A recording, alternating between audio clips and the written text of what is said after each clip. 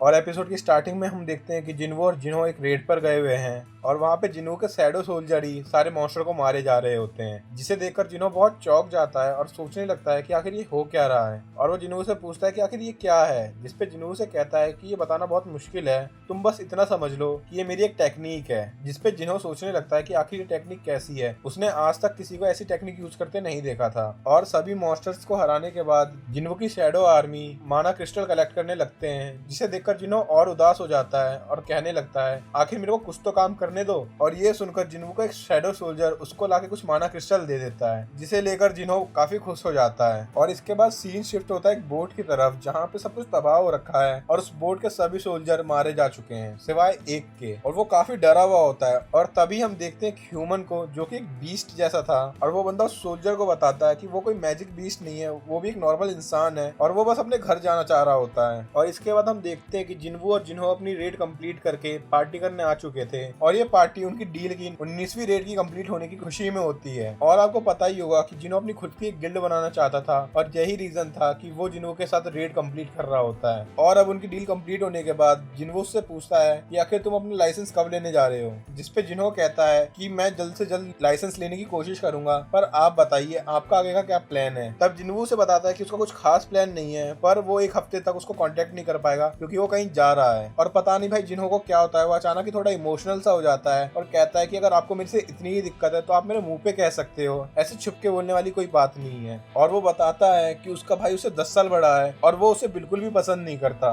और हम दोनों ने आज तक बैठकर कभी बातचीत भी नहीं करी है। और साथ ही साथ जिन्हो कहता है कि मुझे हमेशा से आपके जैसा भाई चाहिए था, काश आप भी मेरे भाई होते। जिसपे जिन्हो थोड़ी सी स्माइल करता है और कहता है कि ठीक है, जैसा तुम कहो, आज से तुम मेरे छोटे भाई हो। और ये सुनकर जिन्हो काफी इमोशनल हो जाता है और खुशी के मारे रोने लगता है। और इसके अगले सीन में हम देखते हैं कि वो इंसान जो हमें बोट पे मिला था उसको अब कैद कर लिया गया है और वो एक प्रिजन में बैठा हुआ है। और वहाँ पर दो लोग उसको लेकर बात कर रहे होते हैं कि वो एक फॉरेन हंटर है, वो आज से 10 साल पहले एक डंजन में घुसा था और वहाँ बेहोश होकर फंस गया था, और हाल ही में यूएसए में एक गेट ओपन हुआ था जिस गेट से ये बंदा बाहर निकला है। और इससे डील करने के लिए हमने S rank hunter Hong Dong Su को बुलाया है। और अब हम अगले सुबह का सीन देखते हैं और अब कहानी का फोकस शिफ्ट होता है जिन्हो के डीमन कासल रेड पर। और जिन्हो एक हफ्ते के लिए डीमन कैसल को एक्सप्लोर करने का प्लान बनाता है और वो मॉर्निंग में तैयार होकर जा ही रहा होता है। और जिन्हो की बहन जिन्हा उसको टीज करते हुए पूछती है कि आखिर तुम कहाँ जा रहे हो एक हफ्ते के लिए और किसके साथ, तुम्हारी गर्लफ्रेंड है, तुमने कभी मुझे मिलवाया नहीं। जिसपे जिन्हो थोड़ा एम्बेरस हो जाता है और उससे कहता है कि ऐसा कुछ नहीं है, मैं अपने दोस्तों के साथ जा रहा हूँ, और वो वहाँ से निकल जाता है। और इसके बाद हम देखते हैं डीमन कासल के गेट के बाहर जिन्हो खड़ा है और वो सोच रहा होता है कि जब वो लास्ट टाइम डीमन कासल में एंटर किया था तब उसका लेवल 20 था और अब तो उसका लेवल 60 के अराउंड है। और इसका जिन्हो की निकाल कर डीमन कैसल का गेट ओपन कर देता है। और डीमन कासल में एंटर करते ही जिन्हो के पास एक क्वेस्ट आता है सिस्टम की तरफ से, जो कि होता है कि उसको 10,000 सोल्स इकट्ठा करनी होगी। और इधर हम देखते हैं कि जिन्हो अपने डैड से मीटिंग करने गया हुआ है और वो उन्हें बताता है कि वो अपनी खुद की एक गिल्ड खोलना चाहता है। जिसके बाद उसके डैड उससे कहते हैं कि तुम्हें तो पता ही है ना कि तुम्हारे भाई का भी प्लान है, तो आखिर तुम ऐसा क्यों करना चाहते हो। जिसपे जिन्हो कहता है कि मेरा भाई सोच रहा है किसी बाहर के बंदे को अपने गिल्ड का मास्टर बनाने का, जबकि मैं खुद काबिल हूँ एक गिल्ड को रन करने के लिए। जिसपे उसके डैड कहते हैं तुम काबिल हो या जिन्वो जिसने रेड गेट को क्लियर करा, और वो उस रेड में भी शामिल था जिसमें डबल डंजन ओपन हुआ था, और साथ ही साथ उस रेड में भी जहाँ पे होंग डोंग सू का भाई मारा गया था, और साथ ही साथ तुम्हारे हर मिशन में वो तुम्हारे साथ था। और मुझे पता है कि तुमने जिन्वो की मदद से गिल्ड मास्टर का लाइसेंस हासिल किया है। और उसके बाद वो उसके सामने एक शर्त रखते हैं कि रेड गेट इंसिडेंट के बाद व्हाइट टाइगर गिल्ड भी जिन्वो को अपनी गिल्ड में शामिल करना चाहता है, और अगर तुम्हें अपनी खुद की गिल्ड बनानी है तो तुम्हें जिन्वो को अपनी गिल्ड में शामिल करना होगा। जिसपे जिन्हो बिना सोचे समझे हाँ कर देता है और कहता है कि मैं जिन्वो को अपनी गिल्ड में शामिल करके ही रहूंगा। और फिर से हमें डीमन कैसल का सीन दिखाया जाता है जहाँ पे जिन्वो बहुत से मॉन्स्टर्स के ऊपर खड़ा होता है और वो उन लोगों की सोल को एक्सट्रैक्ट करने की कोशिश करता है, लेकिन उसे पता चलता है कि इन मॉन्स्टर्स में तो सोल्स ही नहीं है। और यहाँ पर उसे हर फ्लोर पे एक गेट पास मिल रहा होता है अगले फ्लोर पे जाने के लिए, और अगले फ्लोर पे जाने का गेट उससे थोड़ा दूर होता है। वो अपने शैडो सोल्जर में से आइस बियर को निकालता है और उस पर बैठकर गेट की तरफ जाने लगता है, और यहीं पे जिन्वो अपने आइस बियर का नाम टैंक भी रख देता है। और इस अगले सीन में हमें मिस चा को दिखाया जाता है जो जस्ट अभी स्विमिंग पूल से बाहर ही निकली हैं।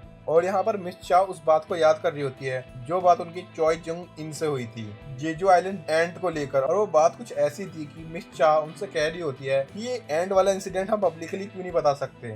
जिसपे मिस्टर चॉय बताते हैं कि देखो यार, ऐसा हम नहीं कर सकते। अगर हमने ये बात पब्लिकली अनाउंस कर दी तो लोगों के बीच में बहुत टेंशन आ जाएगी और ये एक पब्लिक में एक पैनिक क्रिएट कर देगा। और साथ ही साथ ये एसोसिएशन का ऑर्डर भी है। और इसके बाद फिर से हमें जिन्वू दिखाया जाता है, जिसको लगा था कि ये गेट काफी हैवी होगा उसके लिए क्लियर करना, और वो इजीली हर लेवल को क्लियर कर करके अलग अलग फ्लोर पे जा रहा होता है। और वो आइडिया लगाता है कि जैसे ओरिजिनल टावर में 100 फ्लोर थे तो शायद इसमें भी 100 फ्लोर्स हों। और हम यहाँ ये भी देखते हैं कि जिन्वू ने कुछ शैडो सोल्जर्स को अपनी आर्मी में इकट्ठा भी कर लिया है। और फ्लोर क्लियर करते करते एंड में जिन्वू 10,000 सोल्स को अपने अंदर कैप्चर कर लेता है। और इसके बाद वो आता है फ्लोर नंबर 49 पे, और यहाँ पर उसे एक जाइंट मॉन्स्टर मिलता है जिसका नाम होता है अवरेशियस वल्कन। और अब जिन्वू को एक जाइंट मॉन्स्टर को हराना पड़ेगा अगले फ्लोर पे जाने के लिए। और इसके बाद हम जिन्वू के घर के बाहर का सीन देखते हैं, और यहाँ पर मैनेजर आन अपने असिस्टेंट के साथ जिन्वू को अपनी टीम में रिक्रूट करने के लिए आए हुए होते हैं। और ये जब जिन्वू को ढूंढने जाते हैं तब उन्हें पता चलता है कि जिन्वू तो आखिर घर पर है ही नहीं, वो तो कहीं बाहर गया हुआ है। जिस पर वो लड़की सोचने लगती है कि अरे यार, यहाँ तो हमारा पूरा टाइम वेस्ट हो गया।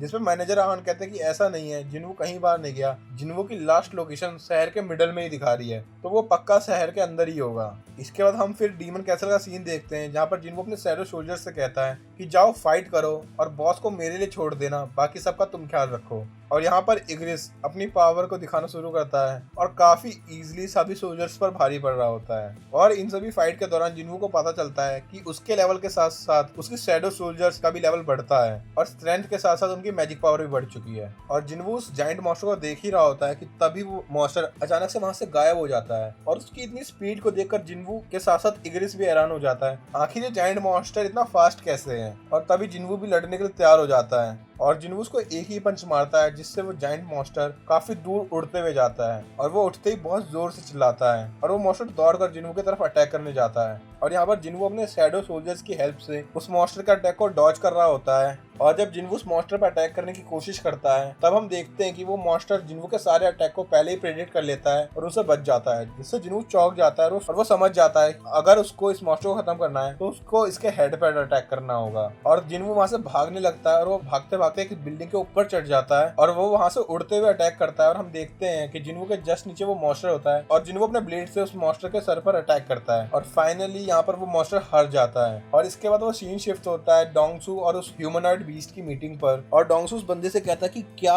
ये मैजिक बीस्ट इतने एडवांस हो चुके हैं कि वो एक ह्यूमन फॉर्म भी ले सकते हैं। जिसपे वो बंदा कहता है तुम चाहो मेरा डीएनए टेस्ट करवा लो या कोई भी टेस्ट करवा लो, मैं असली में एक इंसान हूँ। और वो ह्यूमनॉइड बीस्ट उससे कहता है क्या मैं तुमसे कुछ सवाल पूछ सकता हूँ, जिसपे डोंगसू कहता है कि चुप हो जाओ। लेकिन वो बंदा फिर भी डोंगसू से कहता है कि आखिर तुम इंसानों को इस गेट और मैजिक बीस्ट के बारे में कितना पता है। जिसपे डोंगसू कहता है क्या बकवास कर रहे हो तुम। जिस पर वो बंदा कहता है कि डंजन, गेट, मैजिक बीस्ट ये सब बस एक चेतावनी है, और ये कुछ नहीं, खाली एक टिप है पूरे आइसबर्ग का, और ये आने वाले समय की तबाही की बस एक झलक है। जिसपे डोंगसू कहता है कि क्या तबाही। जिसपे वो बंदा कहता है कि हाँ तबाही, आज तक की सबसे भयानक तबाही जो किसी ने कभी सोची भी नहीं होगी, और मैं बस एक ही चीज चाहता हूँ, उस तबाही को कैसे भी रोकना। जिसपे डोंगसू कहता है कि ये बकवास बंद करो, तुम्हें पता भी है इस दुनिया में कितने हंटर्स हैं। जिसपे वो बंदा कहता है तुम चाहे जितने भी बंदे इकट्ठा कर लो, तुम उस तबाही को नहीं रोक पाओगे। जिसके बाद डोंगसू कहता है कि क्या तुम जैसे मैजिक बीस्ट का भी एक इंसानी नाम है। और यहाँ पर हमें उस बंदे का नाम पता चलता है जो कि होता है संग इल हुआन, जिससे हम अंदाजा लगा ही सकते हैं कि ये जिन्वू के फादर हैं। और इसके बाद हम देखते हैं कि डोंगसू इल हुआन से उसके बच्चों का नाम पूछता है कि क्या तुम्हें तुम्हारे बच्चों का नाम याद है। जिस पर इल हुआन बताते हैं कि हाँ मेरे बेटे का नाम है संग जिन्वू। और जिसके बाद जिन्वू का फादर डोंगसू से पूछता है कि मेरे बेटे का नाम सुनकर इतना मर्डरस इंटेंट कहाँ से आ गया। और डोंगसू कहता है कि तुम्हारा बेटा मर चुका है, तुम्हें जो भी सवाल जवाब करना होगा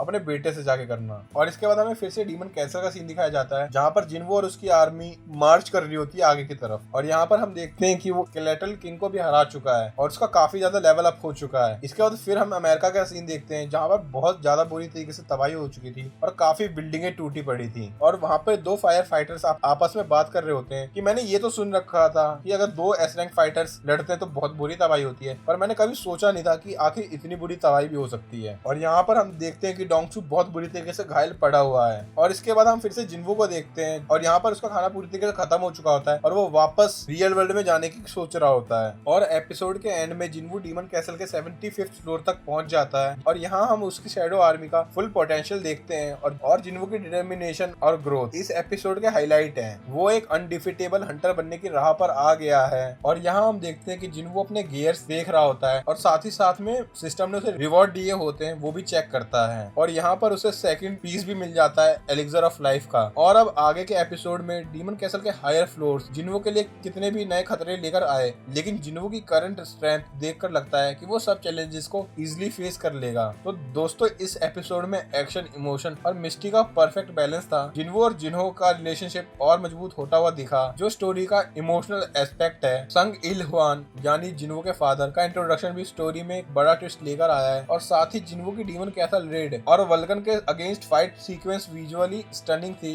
एनिमेशन और स्टोरी का पेस परफेक्ट था। आपको क्या लगता है जिन्हो का डीमन कैसल क्वेस्ट कैसे कंप्लीट होगा? साथ ही अपनी थॉट्स भी कमेंट में जरूर शेयर करें और अगर आपको ये एक्सप्लेनेशन पसंद आई हो तो वीडियो को लाइक करें, शेयर करें और चैनल को सब्सक्राइब करें। ऐसे ही अमेजिंग कंटेंट के लिए मिलते हैं नेक्स्ट वीडियो में। तब तक के लिए stay tuned and keep watching anime.